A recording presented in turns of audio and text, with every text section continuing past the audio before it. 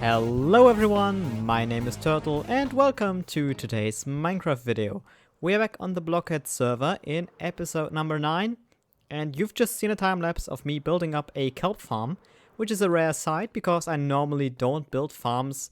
I'm more of a building type of guy, but I feel like this had to be done. I'm always running so incredibly low on any type of furnace smelting material.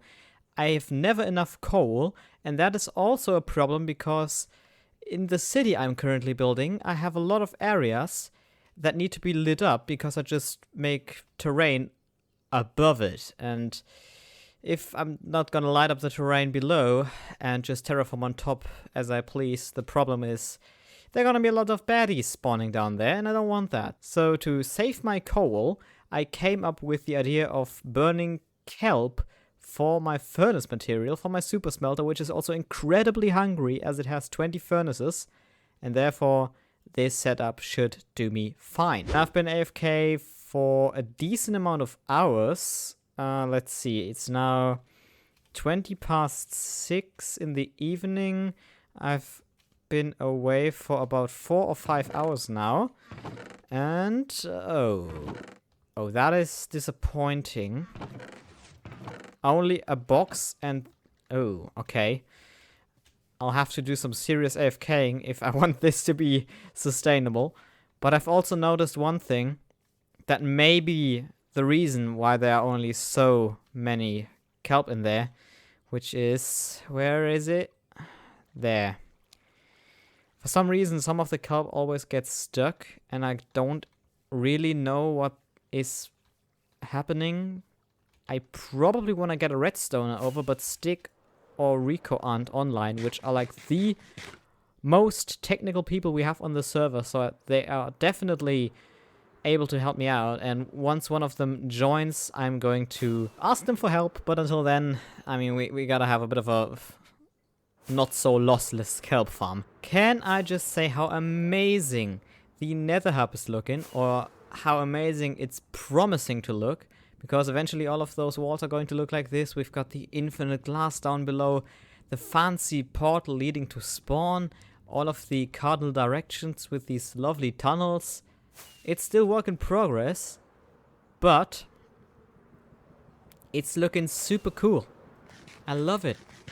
Back at my base, we face a load of fish. So the thing is, when I logged on a few weeks ago, and I haven't been online for a few days, I returned to boxes and boxes of fish. And these signs are obviously German. And in case you didn't know, I am from Germany, so I can read them. And this is a very Google Translate-like German. I don't really think that a native speaker wrote these signs, because they're grammatically correct, but they don't make a whole ton of sense if they should be related to each other. So basically this one, ich habe gehört du magst Fisch, says, I've heard you like fish. And this one, ich hoffe du hast Spaß, says, I hope you have fun. And even in English, they are not really connected, these two sentences. They sound a bit weird. They make sense, but not in a coherent way. And therefore, I think that maybe somebody has pulled up Google Translate and wrote something like, I hope you enjoy, like in the sense of enjoy your meal, and that may have translated to I hope you have fun. but I really can't explain it otherwise. And of course, you know who this requires, don't you? Oh yes, Detective Turtle is back. Just like that, I've got my detective skin on, and we need to figure out who left the fish. And I think we may have the same prime suspect as last time, since Stick, who's also a native German speaker, so I don't really think he wrote these signs, insisted on not having delivered fish to me. Crazy and Tony were online at the time the fish was delivered, but they also told me it wasn't their safari. So the only possible solution and the only other person that was online was Mr. Cloak. But he also insisted on not having left the fish. So who does that leave? Nobody. The fish has just appeared. And I don't believe that. I think that's not boxes of sentient fish. I really think it was Mr. Cloak. And I don't mind it. Like, I'm happy with the fish. And another reason why I think it was Mr. Cloak is because he has access to a Guardian farm, which is built by Spectre. It's a community farm, but still it's right next to his base, and he always goes there for easy to gather XP from the Guardians, and we have lots of fish lying around, so I think he may have just shipped some of those over to me and left a few Google translated signs. So until he logs on, we need to do something else. But when he logs on, I'm going to have a serious talk about the smelly good in my base. Because it's been down here, not refrigerated, and it's starting to smell. And I don't like that. Alright, let's get out of the smelly basement and do some more work. And I'm thinking what we're going to do is expanding the roads. We are going to make this cobblestone road a little bit longer. We are going to possibly also build up the roundabout. And this road over here connecting to the airport.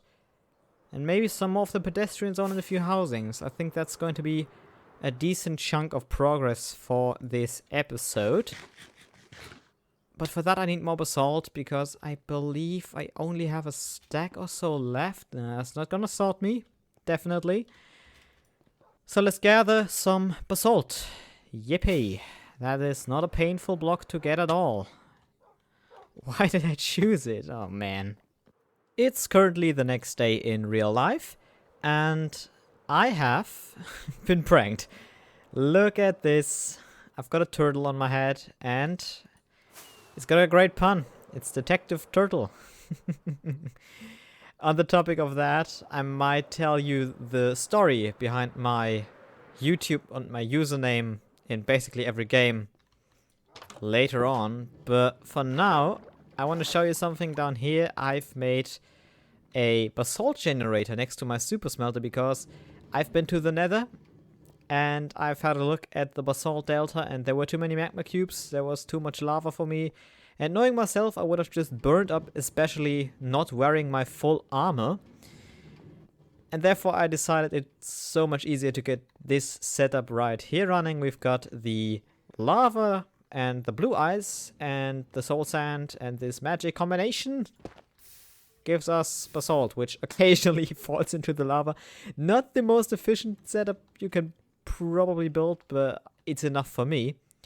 But speaking of efficiency, Stick is online, and my kelp farm, as I've told you earlier, is visitors.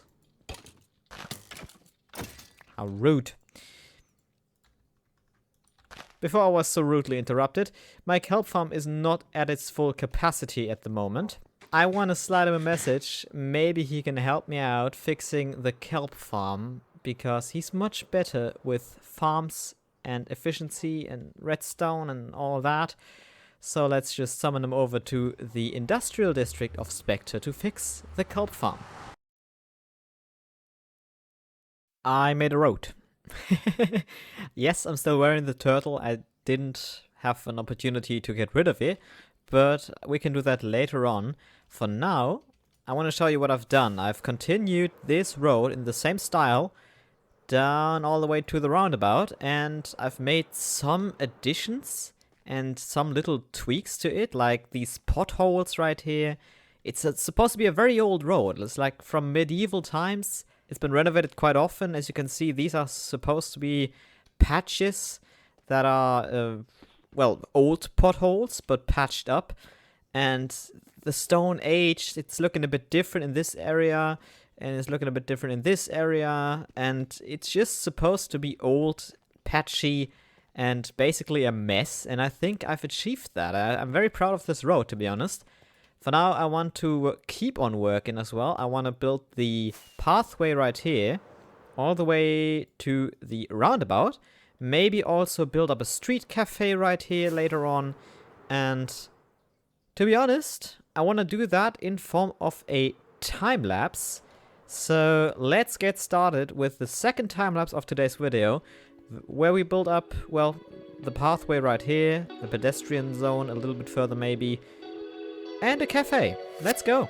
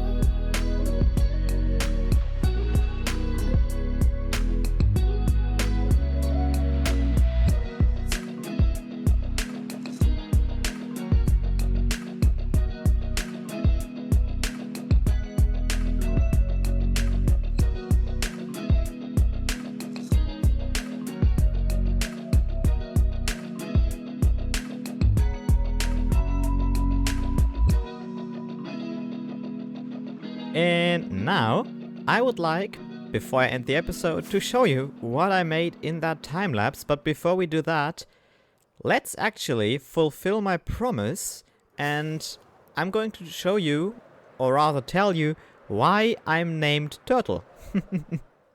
Toertl has always been my go-to name. It's just my, what would you say, like my username in every game. And the story behind it is actually not related to me directly at all. Because Toertl originally first popped up when I was about 12 years old. And I bought a plush turtle. And that turtle didn't have a name at that point. And I loved it at first sight. It was a very cute plush. I still have it actually. It's somewhere in my room. And obviously, it then needed a name. So I asked my grandpa, who was just next to me, how I should name the turtle.